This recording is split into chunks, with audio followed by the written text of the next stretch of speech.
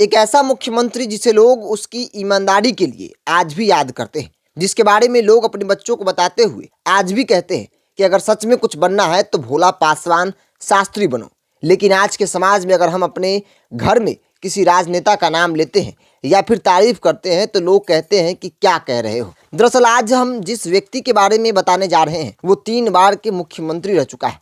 एक ऐसा नेता जिसकी छवि आज के राजनेताओं से बिल्कुल ही उल्टी थी।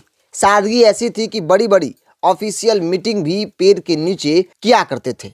मुख्यमंत्री ऐसा जब सोने और आराम करने की बात आती थी तो किसी झोपड़ी में भी सो लेते थे, लेकिन अपने कर्तव्यों के साथ कभी समझौता नहीं किया। आज हम बात करने जा रहे हैं बिहार के 3 बार के मुख्यमंत्री रहे भोला पासवान शास्त्री के व्यक्तित्व के बारे में। दरअसल भोला पासवान शास्त्री के निधन के बाद उनके परिवार वालों के पास दाह संस्कार करने के पैसे नहीं थे। अब जरा सोचिए, इस बात से अंदाजा लगा सकते हैं कि वो मुख्यमंत्री कितना ईमानदार था। देश को पहले दलित मुख्यमंत्री मिलने की तारीख थी 22 मार्च 1968। राज्य था बिहार और मुख्यमंत्री का नाम था भोला पासवान शास्त्री। राजनीतिक सियासत की शुरुआत तो उन्होंने देश के सबसे बड़ी पार्टी कांग्रेस से की थी, लेकिन साल 1967 में हुए विधानसभा चुनाव में हारने और कांग्रेस का बाहर से समर्थन देकर वीपी मंडल को मुख्यमंत्री बनाने को लेकर जो सियासी ड्रामा हुआ उससे कांग्रेस टूट गई।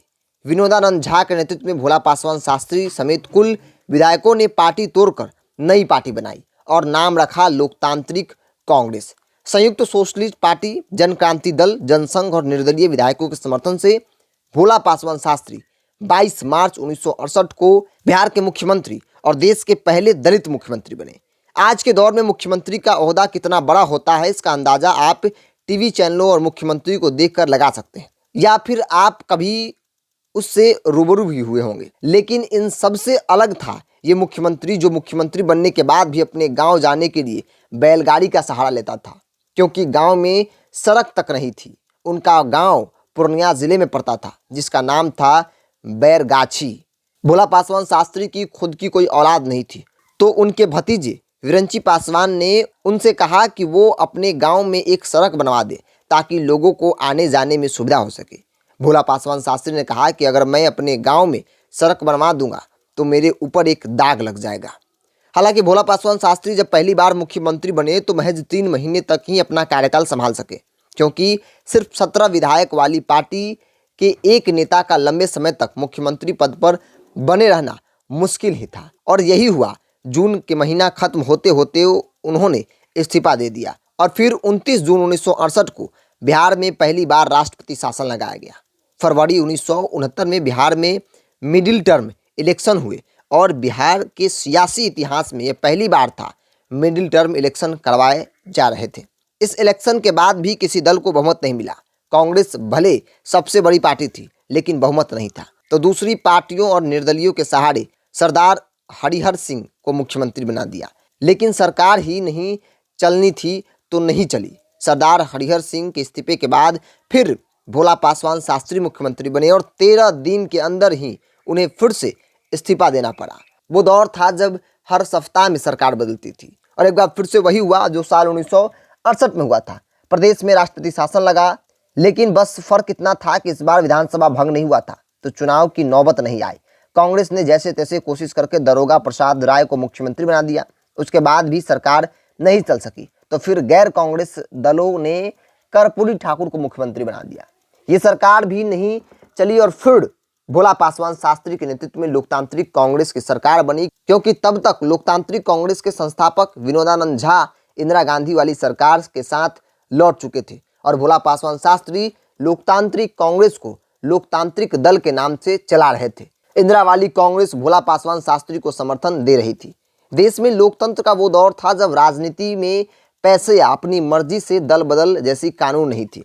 ऐसे में पार्टी बदलना और पार्टी का ही नाम बदलकर सत्ता में रहना काफ़ी आसान हो गया था।